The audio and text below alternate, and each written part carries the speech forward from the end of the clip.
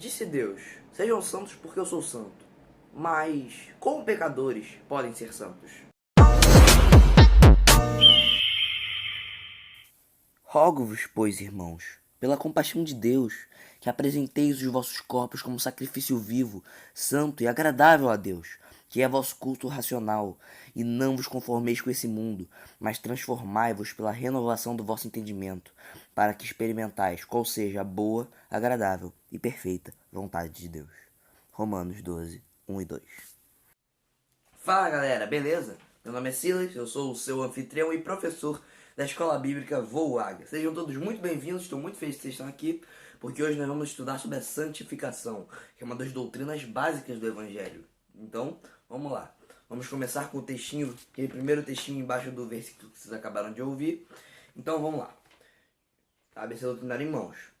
Já vimos que o arrependimento é mudança de mente, de atitude, é um passo decisivo na salvação, mas está também um aspecto progressivo, de transformação constante para experimentar cada vez mais a boa, agradável e perfeita vontade de Deus. É a renovação da mente do salvo para torná-la cada vez mais chegada à vontade de Deus. Então, eu me arrependo aqui. Eu sou um miserável pecador. Então, eu não tenho nenhum nível de santidade. Então eu vou aumentando, vou aumentando, vou aumentando. Até chegar no máximo, que é quando a gente chegar no céu. Que a gente não vai ser santo completamente aqui na terra. Mas isso é o processo chamado de santificação. Então vamos ver o que é a santificação. Aí nós temos dois subtópicos. A santidade e o processo da santificação. Santidade, na Bíblia, é descrita como duas coisas. Como a retidão de Deus, que Deus ele é imutável, ele é santo, ele é puro. É um dos aspectos da santidade de Deus, que é o da retidão. E o outro que é a separação, que somos nós. Nós somos separados para Deus para sermos santos e irrepreensíveis. Então, nós somos separados do mundo para Deus. Então, nós temos o segundo subtópico, que é o processo da santificação. Ele ocorre quando o Espírito Santo que está em nós, através da regeneração, ele começa a atuar através da vontade do regenerado, que sempre vai acontecer porque nós fomos regenerados. Todo regenerado quer ser mais próximo da perfeição de Cristo. Então, quando nós nos aproximamos da perfeição de Cristo, nós começamos a mudar. E aquilo que era essencial para a gente joga de lado, porque aquilo lá era pecado e a gente quer ser santo. Então, o processo de santificação é o Espírito Santo tocando na gente e nos tirando da lama do pecado. Então, isso aí são o que é a santificação. Na sua essência, saber o que é santidade para nós, que é a separação, e alcançar essa separação. Na verdade, nós já somos separados para Deus, mas alcançar a santidade de Cristo. A luta pela santificação. Mas aí a gente tem um problema. O velho homem, aquela resquício do pecado, não é como se, como nós fomos regenerados, ele foi embora. Tem uma frase do Martinho Lutero que eu gosto muito. Eu achei que quando eu mergulhei nas águas do batismo, o velho homem havia morrido, mas o desgraçado sabia nadar. Agora eu tenho que matar ele todo santo dia. E é isso. Quando nós somos batizados, quando nós aceitamos Jesus, o velho homem ele morre, mas ele volta. Nós temos que... Meu pai ele fala que a gente tem que pegar a marreta e dar uma marretada na cabeça dele toda manhã, pra ele desmaiar e no dia seguinte fazer a mesma coisa. No dia que a gente não fizer isso, ele vai se apoderar da gente nesse dia e vai ser um inferno, a gente vai precisar de ajuda, a gente vai precisar de quebrantamento.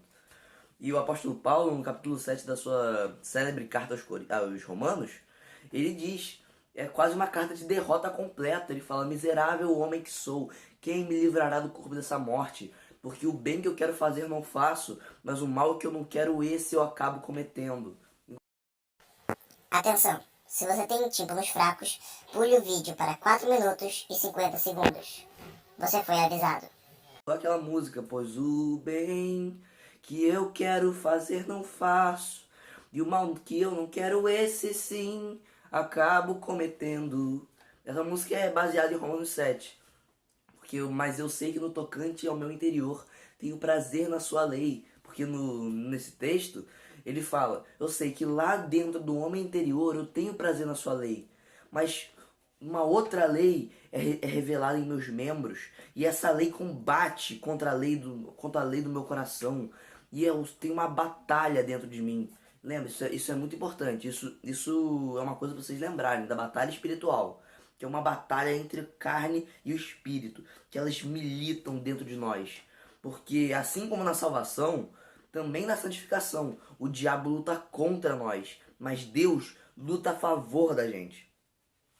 Então isso nos leva à vitória na santificação, que é o capítulo 8. O capítulo 8 é uma carta de vitória, porque ele fala: mas nenhuma condenação há para quem está em Cristo Jesus.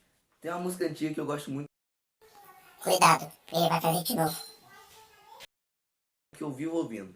Nenhuma condenação há para quem está em ti, Jesus, cuja vida coberta está pelo sangue que desceu na cruz. E essa música fala sobre isso. Ela fala que é certo que as provas virão, investidas do vil tentador, mas nenhuma condenação há para quem está em ti, querido Senhor. Isso é muito lindo. É o capítulo. Aquela outra música era o capítulo 7, e essa música se baseia no capítulo 8. Porque fala que mesmo com tudo isso, não há condenação para nós. Porque mesmo quando o tentador, quando Satanás, ele ataca nós com as suas flechas, com seus dardos inflamados, o nosso Senhor, ele nos dá um escudo. E esse escudo impede tudo. Eu tô dando uma transliterada para Efésios 6, mas vocês entenderam. Nenhuma condenação há para quem está em Cristo Jesus. Porque quando Cristo morreu na cruz por nós, toda a condenação, tudo que haveria de nos condenar foi retirado e colocado sobre ele. E é um dos capítulos mais lindos da Bíblia, é Romanos 8. Por favor, depois dessa aula vocês peguem para ler. É claro, só depois de fazer a leitura diária, estou de olho. Então, vamos lá. As manifestações da santificação. Aí temos dois subtópicos também. O segundo subtópico. São os dois. O fruto do Espírito. O fruto do Espírito é descrevido em Gálatas 5, 19 e 25. O 19 fala sobre o fruto do homem não regenerado, que é dor, sofrimento, assassinato, todas as malícias do ser humano. Mas no versículo 25 está escrito: mas o fruto do Espírito é o amor, o gozo, a paz, a longanimidade, a benignidade, a bondade, a fé, a mansidão e a temperança. São os frutos do Espírito. É aquilo que o Espírito Santo age em nós. E nós temos que lembrar que não é fruta do Espírito, é fruto. Porque a fruta é um gomo só. Os frutos, eles têm vários gomos. Então, do mesmo jeito que numa árvore pode ter um fruto que tem vários gomos maduros e alguns gomos azedos, é a mesma coisa na nossa vida. Nós podemos ter gomos maduros e gomos azedos. O Espírito Santo, ele está agindo para nos santificar por completo, para deixar todos os gomos maduros. Mas ainda tem alguns gomos que ele não completou. Então, são as áreas da nossa vida, os compartimentos da nossa vida que ainda estão em pecado. Mas nós temos que ficar felizes, porque o Espírito Santo está agindo e ele vai completar, porque aquele que começou a boa obra há de terminá-la. Então, nós temos que nos alegrarmos na esperança e sejamos pacientes na tribulação. E o mais importante, perseverarmos na oração. Falei bonito. A santificação é o processo pelo qual o fruto vai se tornando igualmente amadurecido em todos os seus gomos. O Espírito Santo vai dominando todos os compartimentos da vida cristã.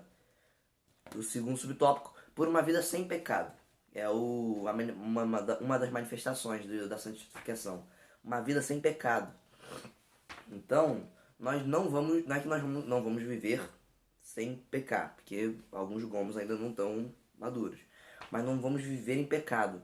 1 João 3,9, se não me engano, diz: todo aquele que é nascido de Deus não vive na prática de pecado, pois o que permanece nele é a divina semente. Ora, este não pode viver pecando, porque é nascido de Deus.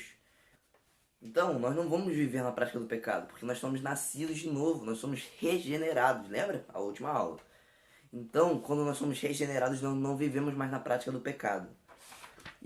Mas infelizmente nós vamos acabar pecando, porque o apóstolo Paulo já disse que mesmo salvos, mesmo ansiando pela santificação, ainda pecamos.